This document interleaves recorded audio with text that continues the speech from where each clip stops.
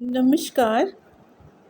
कहते हैं किसी भी समाज को तलवार से उतना नुकसान नहीं पहुंचाया जा सकता जितना उसके ज्ञान को कमज़ोर करके नुकसान पहुंचा सकते हैं। आज की कथा इसी पर आधारित है। शीर्षक है अमर की भूल।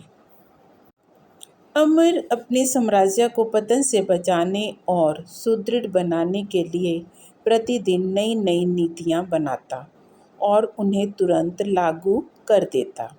वह सोचता था, यदि स्वयं ऊंचाइयों पर पहुंचना है तो दूसरों को नीचे गिरा दो, उनके ज्ञान को धीरे धीरे क्षीण कर दो, उनके धन पर अधिकार कर लो और आने वाली पीढ़ियों से धन अर्जित करने की योग्यता भी छीन लो। तब मेरा साम्राज्य सदैव महान बना रहेगा।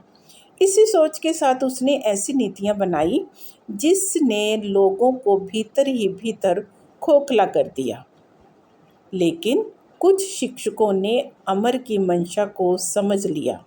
उन्होंने शिक्षा को जन जन तक पहुंचाने का संकल्प लिया, साथ ही लोगों को आर्थिक रूप से आत्मनिर्भर बनाने वाली योजनाओं से भी परिचित कराया। जैसे बूंद बूंद से सागर भरता है, वैसे ही शिक्षकों का निरंतर परिश्रम रंग लाने लगा। नई पीढ़ी ने शिक्षा के महत्व को समझा और पूरे मन से ज्ञान को अर्जित करना भी शुरू कर दिया। जिस समाज के पास ज्ञान रूपी करोड़ों दीपक हों, वहाँ अज्ञान रूपी अंधेरा अधिक समय तक टिक नहीं सकता। धीरे धीरे लोगों ने अमर की नीतियों को असफल सिद्ध कर दिया।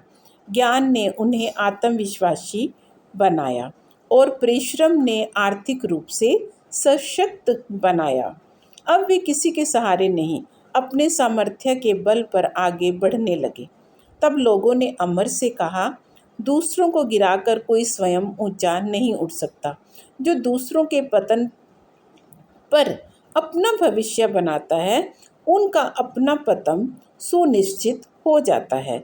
समय आने पर उनका नामो निशान तक मिट जाता है। अमर को अपनी भूल समझने में देर नहीं लगी। उसने अपनी नीतियां बदल दी, सबकी उन्नति को ही अपनी उन्नति मान लिया। उसे अनुभव हुआ कि किसी एक को नहीं, बल्कि सबकी प्रगति में ही किसी राज्य की वास्तविक महानता छिपी होती है। शायद ज्ञान और आत्मनिर्भरता वह शक्ति है जिन्हें कोई भी अन्यायपूर्ण नीति लंबे समय तक दबा नहीं सकती। सच्ची उन्नति वही है जिसमें सबकी उन्नति समाहित हो।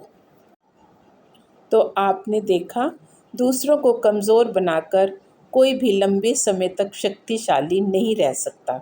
ज्ञान को दबाया तो जा सकता है, लेकिन मिटाया नहीं जा सकता।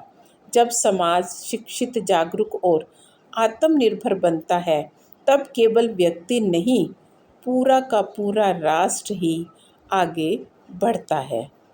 यदि कहानी पसंद आई हो तो इसे लाइक करें।